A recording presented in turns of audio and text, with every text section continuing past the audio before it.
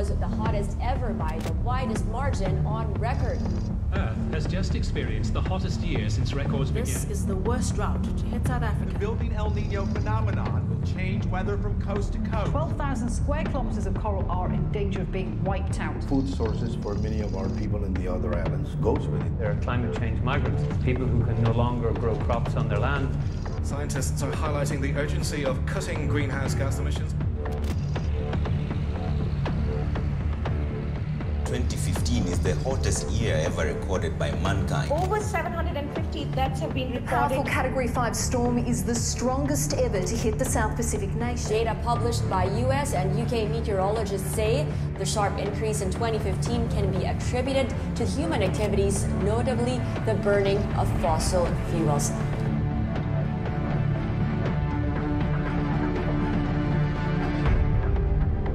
We begin this news hour in Paris, where world leaders have gathered for the UN climate conference known as COP21. It's now or never to reduce the world's dependence on fossil fuels. Over the next few days, we will decide the fate of this planet. Breaking news: after years of negotiation, a climate deal has finally been reached. The real headline, the real news, is the voluntary aspect of this. Yeah, not legally binding. This is the same old thing. There's no enforcement mechanism. The original goal was to limit emissions so the planet would only warm by 2 degrees Celsius. Every scientist who has looked at the agreement say that's not going to happen. The planet will still warm by 3.5 degrees by the end of the century. And that's not nearly enough to stop the very worst impacts of climate change from impacting the planet. More needs to be done.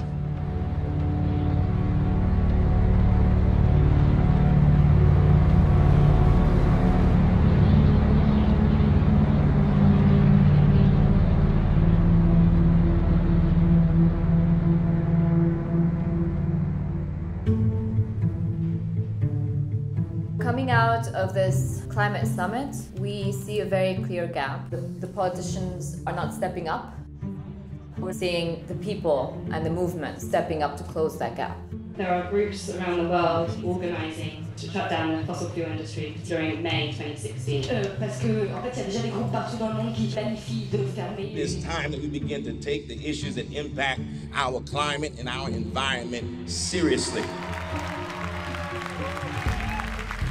Break Free is a global moment where, for the first time in the movement, we're seeing a very concrete time frame when escalated actions are happening across 6 continents, targeting major fossil fuel projects with the message that the oil, gas, and coal need to be kept in the ground. It is our future. We must say no. The level of urgency is coming together very clearly worldwide. We can't wait for the politicians to catch up with that understanding. So people are basically taking things into their own hands and doing what needs to be done on the ground.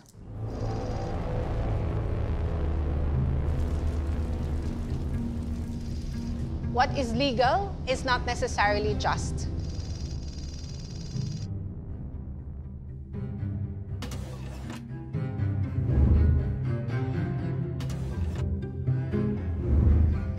We cannot simply confine ourselves to what the law offers for us to demand a different world. I remember the time when to even distribute flyers about the issue of oil was against the law. Things remain the way they are because we allow it. The moment we do not allow it, we take away our consent, then change happens very, very rapidly. In 1986, we were able to successfully oust the dictatorship Marcos.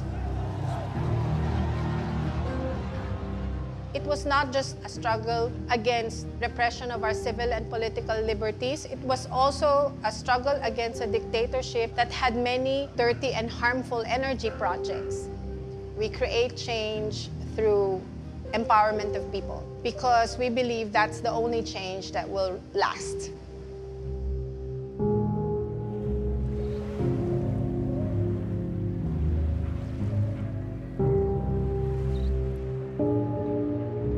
Makikita nyo siguro pagpunta nyo dito sa baybayin may pagbabago ba sa kalagayan at ng kabuhayan, ng tirahan ng mga mamamayan na siya daw unang makikinabang sa pagtatayo ng ganitong klase ng enerhiya dahil sa mga ibibigay nitong mga trabaho, kalsada, paaralan, wala ka namang makikita. Ako ngayon ay mag-aaling na po na 22 anyos pa ako nung tutulan natin simula Kiswan. Ay ilang taon na ba ako nakikibaka? Ay ngayon dumami pa. Totoo yan, tatay. Paano mawawalan ako ng pag-asa? Matitigil pa ba? Ito ay dumami pa. Hindi po tayo nag-iisa. Halos sa buong mundo po, nananawagan na ang mamamayan ng mundo na itigil na ang pagtatayo ng mga power plant. At sa Mayo, tayo ho ay lalahok sa pangmundong aksyon laban sa coal. We allow our nature to be destroyed by selfishness. And the progress that has been achieved is only for the few. The church has to educate our people to oppose this false progress. Globalization cannot be avoided. What is globalized is materialism, consumerism, lack of care for others. What must be globalized is concern for one another. The whole world is our responsibility. Everything that we do, we are responsible before God to make our world better each day. Most changes in society come from ordinary people who band themselves together and embrace the same vision and really sacrifice for the accomplishment of their common purpose. We have to protect every individual and we have to protect our environment.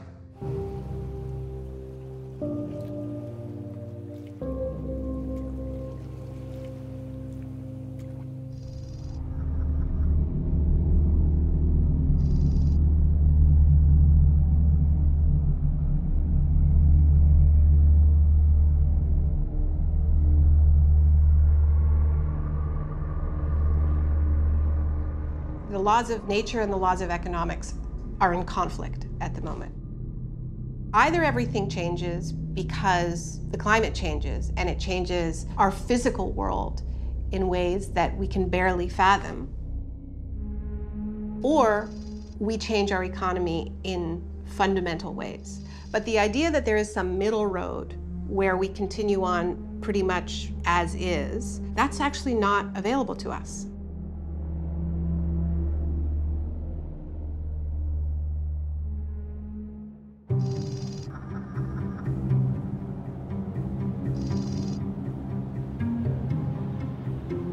Vancouver, like a lot of port cities in the Pacific Northwest, is being eyeballed to be a significant export point for a lot of fossil fuels. Kinder Morgan is, I think, the biggest, baddest project on the table right now.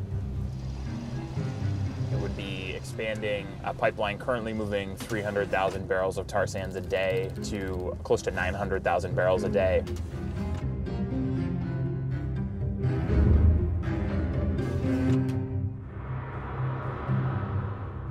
There's no way to clean up a tar sand spill in this kind of water. They're saying at best they could get, in ideal conditions, 50% cleaned up. If there's one thing about this part of the world, it's that ideal conditions are pretty few and far between.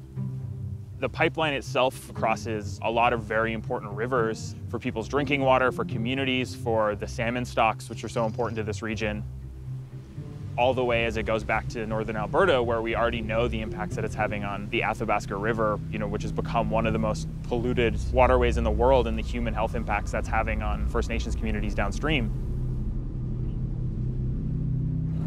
Alberta tar sands, the biggest industrial project in the world, where the size of Earth that they want to move is the size of Texas. Kinder Morgan make $13 million a day. And not only do they make that much, but they're subsidized by our Canadian government. We immobilized the community, 100% consensus by Tsleil-Waututh Nation, where we had a referendum and they said, we could negotiate for millions of dollars with Kinder Morgan. That could help some of our people out of poverty. Or we could use our own little resources that we have and fight them. 100% consensus, we chose to fight it.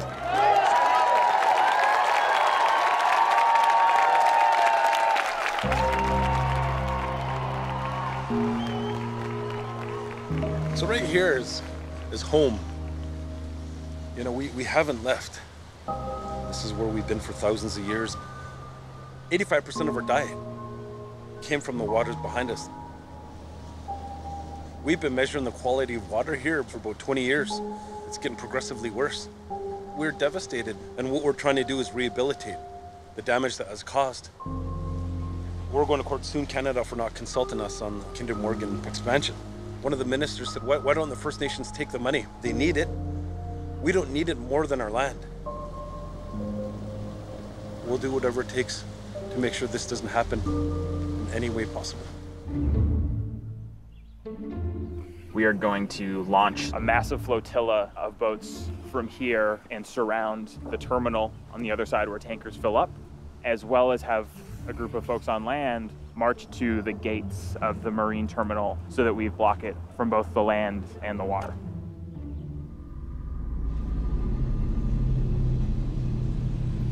It is in a lot of ways a battle between a story of the old and a story of the new.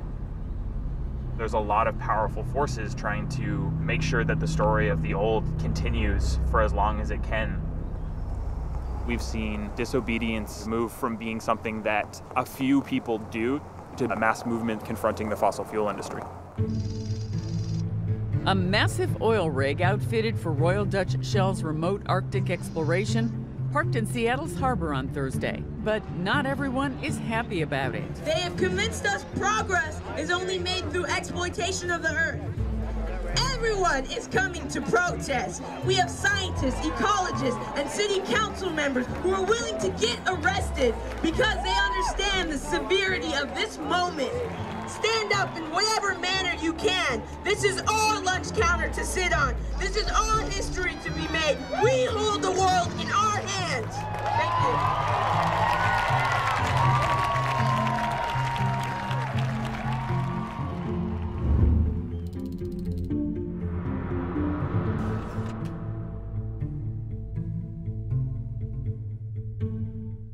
Civil disobedience is a powerful tool in social justice work. The law, it's not sacred, and to challenge it shakes our consciousness. If you can take that radical action in a way that genuinely speaks to everybody else, then you not only have their attention, you have their inspiration, and you build movements that way.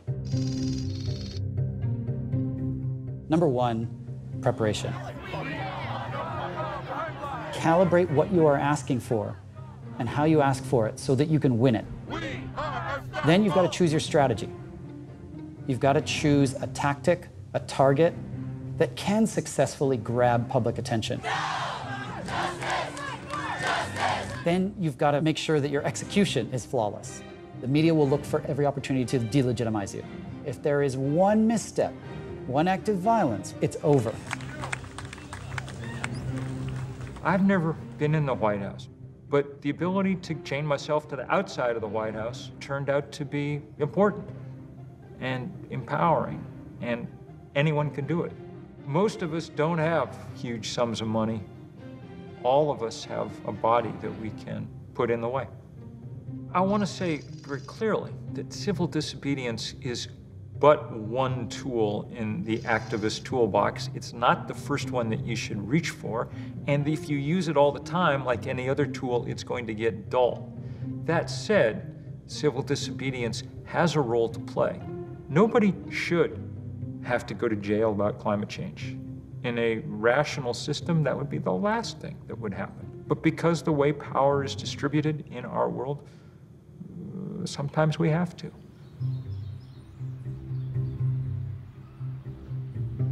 One of the central threats to democracy today is the corporate capture of government.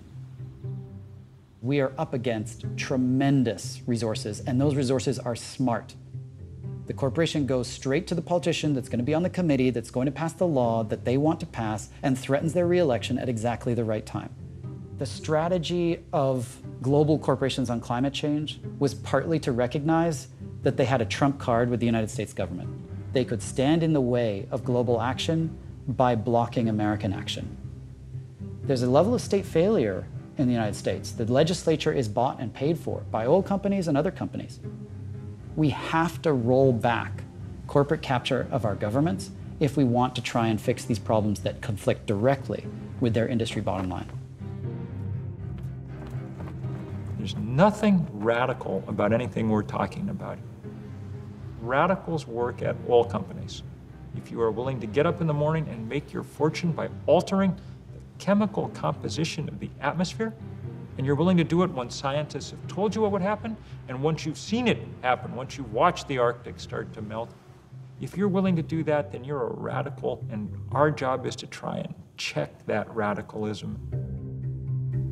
An investigation is underway into ExxonMobil. The huge oil company buried research about the effects of climate change. Reports suggest more than 30 years ago, Exxon's own scientists were taking climate change projections into account in its operational plans. Exxon was on the cutting edge of science. They wanted to be on the cutting edge of science 40 years ago on climate change.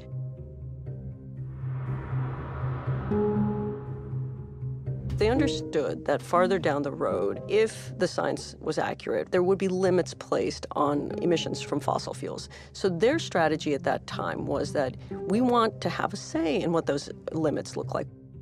When their senior scientists told their senior executives what was coming, Exxon started making sure that all its drilling rigs were climate-proofed so that they could withstand the rising sea level. But they did not tell the rest of us. Just the opposite.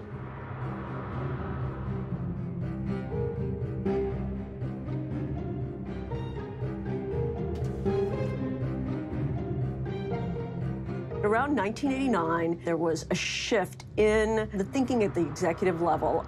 And that was when Exxon joined this group called the Global Climate Coalition, which sounds very green. But in fact, they were put together to fight any policy reaction to climate change.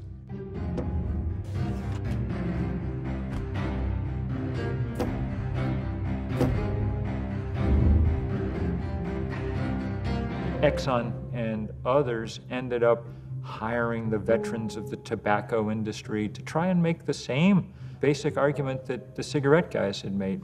After 3 decades of investigation, no causal link between smoking and disease has been established. Scientific evidence remains inconclusive as to whether human activities affect the global climate. It was effective, and it cost us a generation's worth of time.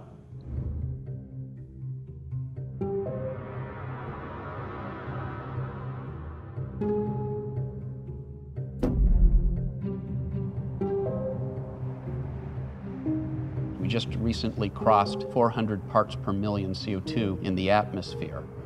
We're literally releasing all of that CO2 that got buried underneath Earth's surface over 100 million years. And we're releasing it over a time frame of 100 years, 1 million times faster than nature buried it. That is without precedent. It's unclear that living things, including human beings, can adapt to changes that occur that quickly. In the Philippines, at least 6,000 farmers were blocking a highway to demand the government provide rice. The farmers are starving. Behind all this is a rise in global temperatures, causing the whole region to suffer the worst drought in more than 20 years. We've begun to see serious stress on the global food systems. We simply won't be able to grow enough food to feed 10 billion people in a warming world. There's a study that looks at temperatures to come in much of the Middle East. And what they found was the combination of heat and humidity for stretches of time by 2100 would not be compatible with human life. A new study published yesterday finds climate change exacerbated the worst drought ever in modern Syria, aggravating social unrest in the country and helping to push it over the brink into civil war. A record 1 million refugees and migrants have now crossed into Europe in Europe's worst refugee crisis since the Second World War. In other words, the very real security threat posed by climate change is only going to get worse.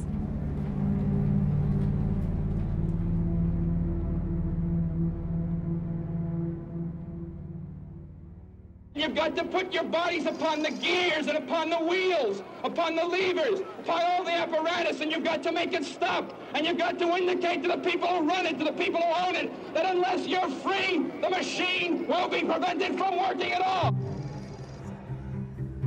Social movements are different from ordinary politics in that they are not simply about how to divide up the goods, but about what a good is. It enters a domain that goes beyond immediate self-interest into what's required of us as responsible human beings. The secret of civil disobedience is moral clarity. Gandhi said, "I am a human being first, and a citizen of my country second." He targets the fact that Indians aren't allowed to make their own salt, and has a massive salt march across India to the coast where he bends down and picks up sea salt. How could someone possibly prevent you from doing something like that? He's taken the weakest point of his opponent and targeted it to generate the most moral clarity.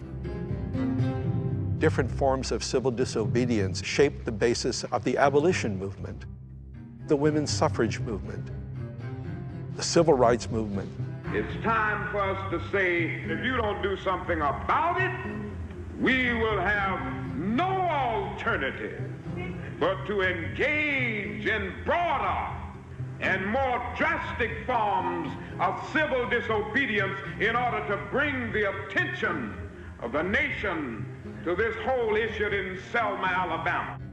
At the core of activism is one simple thing, and that's voice. So many people in the world, their voice is actually just not heard. The civil rights movement had a grounded belief that the first and most important thing to do was allow the people who were on the ground to be able to shape the direction and to be the front of what was happening. It was about building the capacity to organize for action and mobilizing the public to show up in support of an action. The effect of civil disobedience is often to raise the cost of business as usual, to disrupt normal processes and procedures, which makes it more costly to resist change than to agree to it.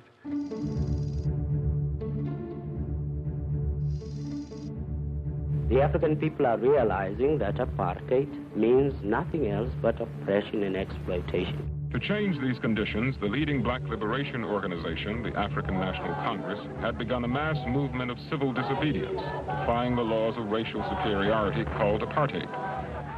Civil disobedience brings a spotlight to the violence of oppressive states and industries.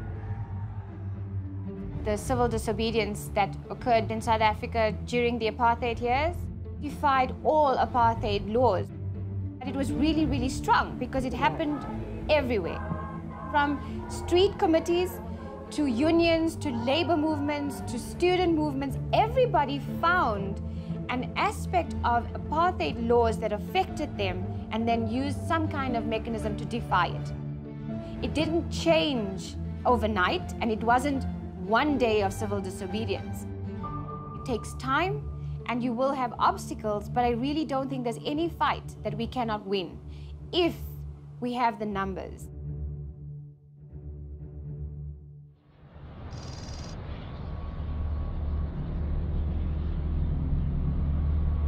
Biz bu kirliliğe karşı burada Ali Ağa bölgesinde, yani sanayi bölgesi adı altında yapılan bu fütursuz sanayileşmeye karşı yıllardır bir mücadele içindeyiz.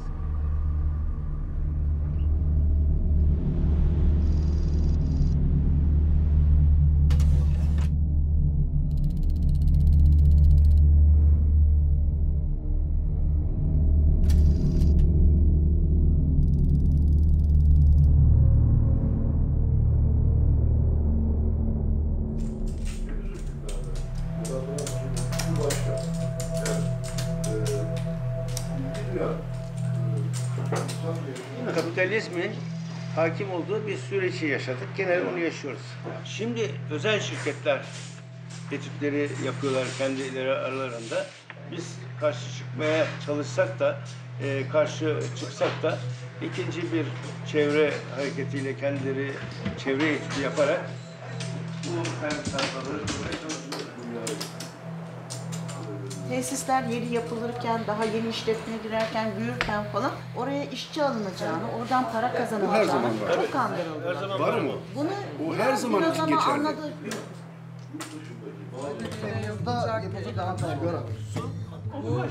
1989'un Mart'ında arkadaşlarımla birlikte belediye başkanı seçildikten sonra Ankara'dan bir çevre genel müdürlüğünden bir bayan telefon etti. Dedi ki tanışmıyoruz ama önemli olduğu için size Ali Ağa için bir kara haber vereceğim. Ali Ağa'da ithal kömüre dayalı 1000 megawatt gücünde bir termik santral kurulacak. Şili'den Kınağa kadar bütün belediye başkanlarını çağırdı. Türkiye'de vahşi kapitalizmin bir göstergesi olarak Ali Ağa'da başlayacak olan bir saldırı. Termik santral kurulmaz. Halkımız istemiyor çünkü. Termik santral alanına ağaçlarımızı, çocuklarımızla, evrim coşkunlarla, yavrularımızla dikeceğiz. Gücümüz yetiyorsa gelin söndürün. Kulakları çınlasın, İzmir Büyükşehir Belediye Başkanı'ydı o zaman. Yüksel Çakmu ve bizim 18 belediyemiz yine bir sevgi zinciriyle protesto ettik. Aşağı yukarı 60 kilometrelik bir alanda 50 bin kişinin katıldığı bir çevre hareketi. Bunu o gün yaptığımızda belki de Türkiye'de şimdiye kadar yapılmış olan çevre hareketlerinin içerisinde en çok ilgi gören eylem oldu. Bu sanayi, burada bizim verdiğimiz mücadele orada sadece bir termik santralı durdurabildik. Ama geniş bir alandaki sanayinin devam etmesini engelleyemedik.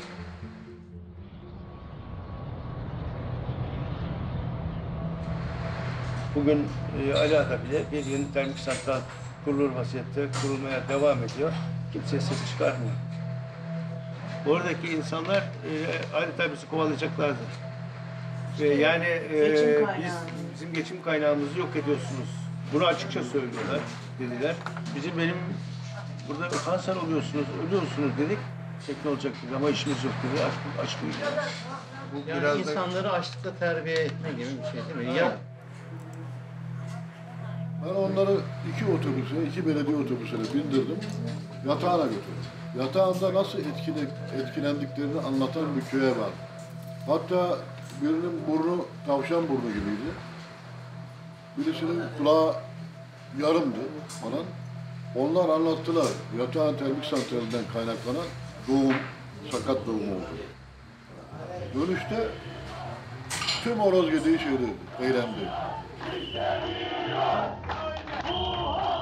Bir eylem planımız var. Bu eylem planımıza da Türkiye'deki fosil yakıtı karşıtı bütün yaşam savunucuları, uluslararası fosil yakıt karşıtı yaşam savunucularını buraya davet ediyoruz.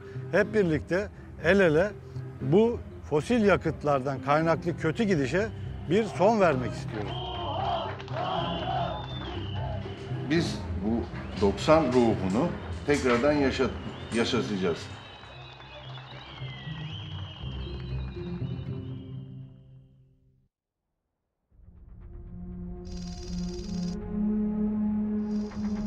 You cannot pretend that we do not exist. You cannot plead ignorance to our problems because we are here. What power means in the context of social change is, of course, the story of David and Goliath. The Philistines send their powerful warrior Goliath to go confront the Israelites, who are afraid. Until finally, David, who is not a warrior but a shepherd, went to King Saul and says, "Let me go fight Goliath." The king says, "You're not equipped. You got to take my sword, my shield, my helmet." They're so heavy he can't move. And he reflects for a moment and says, "Wait a second, I'm a shepherd, not a warrior."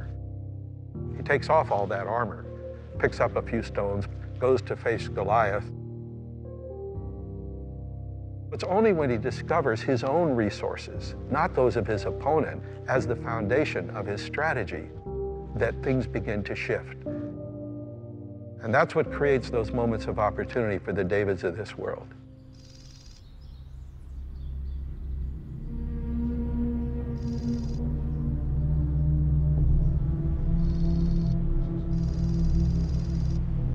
Lignite has a very low energy density. That means you have to dig up a lot of it to get not that much energy.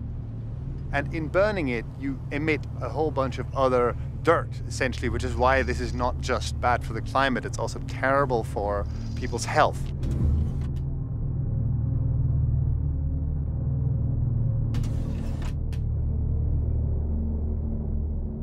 Germany produces and burns more lignite than any other country in the world in absolute terms, including India and China.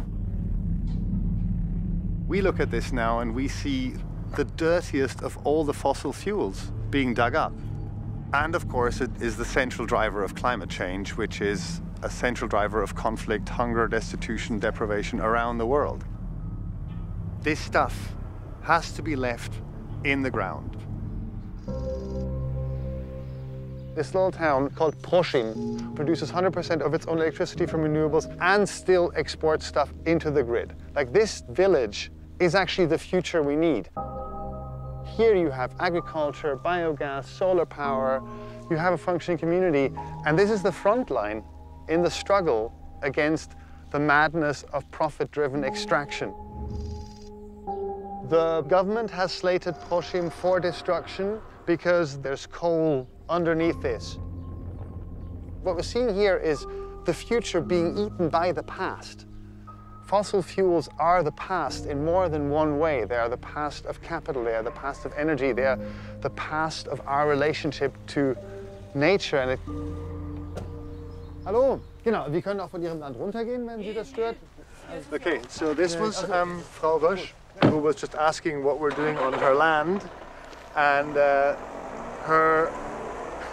I started explaining, blah, blah, we're doing this film. She's like, are you against lignite? Yeah. It's like, okay, then you can walk wherever you want.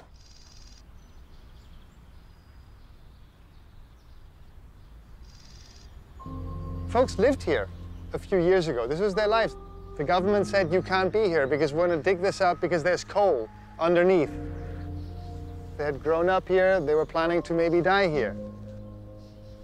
These kinds of images, that's also why we're doing this. There's folks here being evicted from their homes because we cannot stop destroying the environment.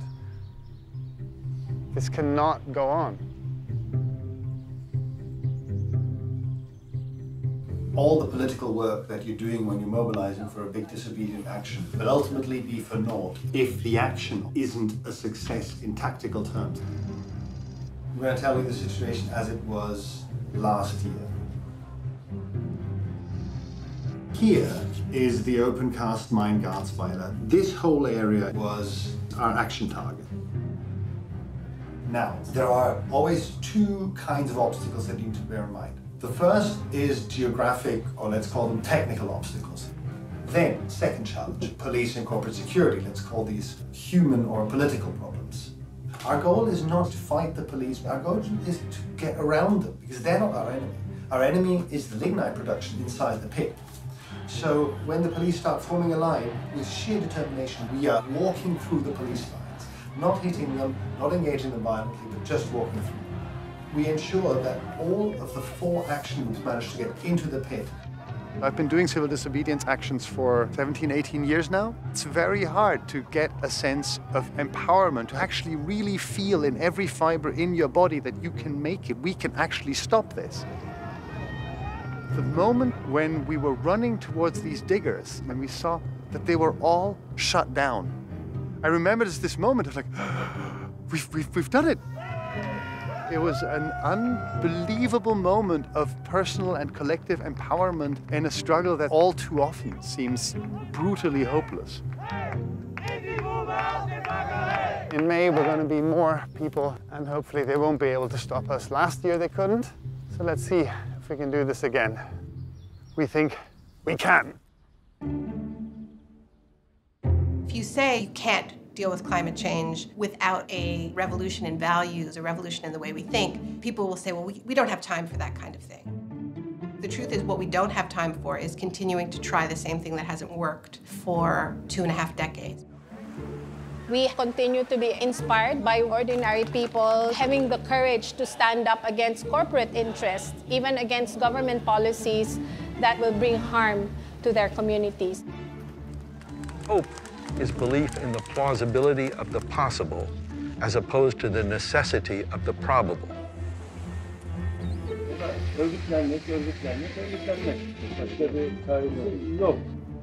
We don't have the tanks and we don't have the armed forces. Non-violent civil disobedience is me making my voice heard against a powerful force that is holding us back.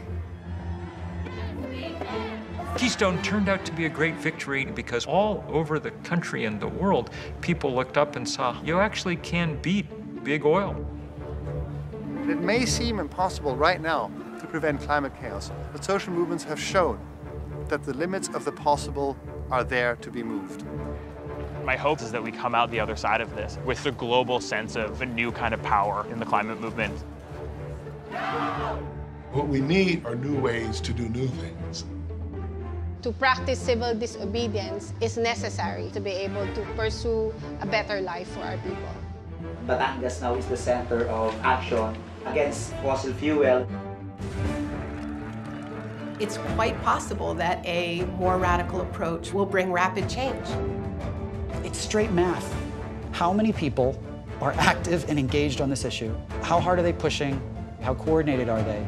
It's the people who are engaged that determine what government does. And all we have is a choice to make about whether we're going to be one of those people or not. The science is pretty dark and things are changing very fast. But I am absolutely sure there is going to be one hell of a fight.